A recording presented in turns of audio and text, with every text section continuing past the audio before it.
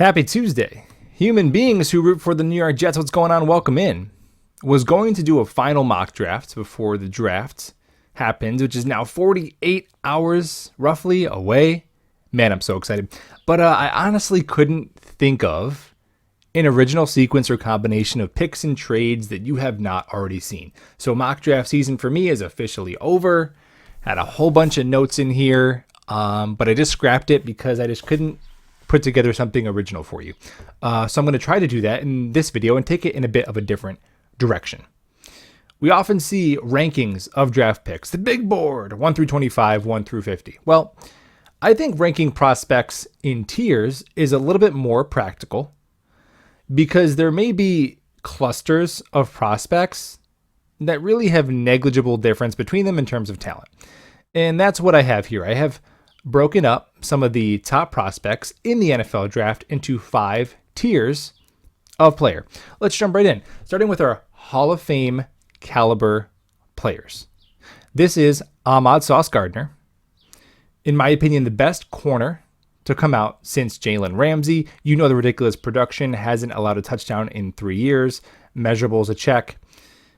Production a check. Pedigree, when he faced the best competition, all a check.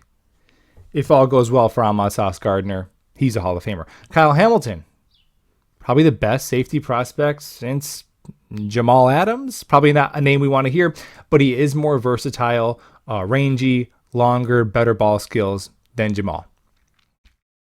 Aiden Hutchinson. Now, he's not a Bosa brother, a Myles Garrett, didn't have the same draft grade as a Chase Young, some of the other top edges we've seen in recent drafts. But I think through consistency and longevity, he could be a Hall of Famer. Tyler Linderbaum. He's going to do what Creed Humphrey did last year, which is step on the field and immediately be one of the top 5 centers in the game. He and Sauce, to me, are like the 2 home run, can't miss prospects. We can debate on how high you want to take a center. But if I had to bet my life savings on one dude out of this class to make the Hall of Fame, I might put it on Linderbaum. Jameson Williams. If the ACL holds up, maybe the next Tyreek Hill. I think maybe the best deep threat the NFL has seen since Tyreek Hill and then Deshaun Jackson before him. And finally, Ikem Ekwonu, and this is specifically if he ends up playing guard. If he plays tackle, still a really good player, I'd bump him down 1 tier. But if he plays guard, I think he could be a Quentin Nelson, perennial all-pro guard. Now, you may be saying, whoa, 1, 2, 3, 4, 5, 6 Hall of Fame talents. Usually only 2 or 3 guys per class make the Hall of Fame. Yeah, this is Hall of Fame talent. A lot has to go right. A lot can get in the way of these guys making the Hall of Fame. Obviously, injury, getting drafted to a franchise that doesn't develop them properly, off the field issues, or just flat out being a bust. So that's going to eat up some of these guys, but 1, 2, or 3 will make the Hall of Fame, but all of them have the potential to do it. Next tier down. This is the makes an all-pro team tier. Here, I have Evan Neal, who graded out very similarly to Mekhi Becton, and if Mekhi Becton pans out as the 11th overall pick, he will make at least 1 all-pro team in his career. Nakobe Dean. He's going to have a C on his chest. Year 2, you can guarantee it. I think he's going to have that impact that CJ Mosley had when he was drafted by the Ravens and was immediately one of the leaders of that defense. Jordan Davis, defensive tackle. Maybe the biggest freak athlete in this draft class, given his size, and had the same broad jump as like some wide receivers at nose tackle weight. And Kayvon Thibodeau. To me, again, there's no Bosa brother in this class, but he's compares to Robert Quinn, a twitchy edge defender who can win with motor and athleticism. I think there will be some inconsistency, just like with Robert Quinn, where maybe you'll see like a 7-sack season, then a 15-sack season. But that 15-sack season will be good enough to make an all-pro team. And finally, Garrett Wilson to round out the all-pro tier. Not quite the ceiling of Jameson Williams. I wish he was 6'2", but his incredible skill set at 6 foot, 190 pounds will be good enough to make at least 1 all-pro team, I think, in his career. The third tier, this is the safe bets tier. These all, I believe, will be high impact starters on day one. Chris Olave, smooth route runner, already looks like a pro. Home run pick. I feel like he's the kind of receiver that's going to end up going to a good team. He's going to go to a good team with a good quarterback and produce right away. Devontae Wyatt upgrades anyone's defensive line immediately. Devin Lloyd. I have him lower than Nakobe Dean, but I think he compares to a Devondre Campbell, a Demario Davis. Maybe will be a little bit of a late bloomer, but once he hits, is going to be a really high impact player. Jahan Dotson, wide receiver. My pro comp for him is Elijah Moore. And Elijah Moore, until he got hurt, was proving to be a high impact starter for the New York Jets last year. Jaquan Brisker, safety, Penn State, a jack of all trades, a do-it-all player, a day one plug-and-play starter in any system, any defense is upgraded by Jaquan Brisker. Trent McDuffie, corner. A lot of scouts say he is one of the safest picks in the draft. Daniel Jeremiah said he has the quote-unquote cleanest tape of any corner. That's including Sauce Gardner. That's pretty impressive. Limited ceiling, though.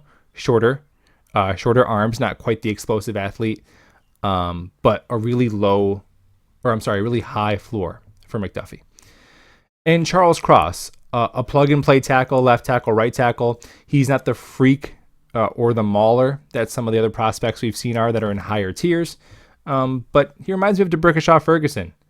Really smooth athlete, good hands, always on his feet, and can be a solid starter in this league for a decade plus. We got 2 more tiers left to go. And if you've hung around this long, maybe consider hitting the like button. And if you hang around till the end, maybe even consider hitting subscribe. This is the boom or bust tier. It could go great, or they could fizzle out of the league. Jermaine Johnson, who I really like, but I have to be honest with myself. I don't know if Jermaine Johnson is really that good, or that I'm trying to talk myself into him being really good because I want the edge at 4 so bad. And if KT is gone, I'm trying to talk myself into Jermaine Johnson at 4. Let me know in the comments below where you're at with Jermaine Johnson. Because he has some conflicting numbers. Like his production's really good, but then the analytics aren't as kind to him. Drake London. A lot of polar opinions from Jets fans. Can he separate? However, when Joe Blewett talks football, I listen. He loves him. So I think he's in the boomer bust here. Derek Stingley. I get Dean Milner vibes with the injury, but he also did dominate the SEC as an 18-year-old. Maybe the most impressive freshman season from a corner in college ever. But there's some risk there. He's boomer bust. And finally, Travon Walker, who has skyrocketed up draft boards and could be in play for the number 1 pick. For a guy who had 9.5 sacks in his career. However, he was a certified combine warrior. I mean, this dude, all of his testing combined, he tested as an average cornerback. And he's about 85 pounds heavier than an average cornerback. That's crazy. So you're really projecting here with Travon Walker. And I think that can get you into the boomer bust territory when you're solely projecting. The final tier, these are guys I really like, but I have to admit that maybe I'm overrating them a little bit. Treylon Burks, he was my first draft crush. To me, just the eye test with the playmaking, the yak ability, how physical he plays, the strength, the toughness, being a willing blocker. I love him. I think he should be in play for the Jets at 10, but most people would think that's a little too high, so I have to be honest with myself. Bucky Brooks and Daniel Jeremiah probably know football better than I do, so I'm probably a little too high on Treylon. Next is George Karlaftis, who a few short weeks, months ago, we saw lots of mocks with Karlaftis at 4 to the Jets. Now most mocks have him falling outside of the top 10. I think he doesn't have the best bend, right? Doesn't have the longest arms, doesn't have the quickest get off, but I think he could be a Terrell Suggs type of player who just wins with strength and relentlessness. I like him. Probably not at 4, but if we don't go edge at 4, I think he's definitely in play at 10 for the Jets. And finally, Trey McBride, every Jets fan's first draft crush, right? It was Dalton Schultz and Trey McBride at tight end. That was the plan since forever until we got two really good values in Uzama and Conklin. But tight end boards are all over the place. And obviously, we're not going to take a tight end in the second round now, but I think even if he's there at 69, we should still consider Trey McBride. Those are my tiers.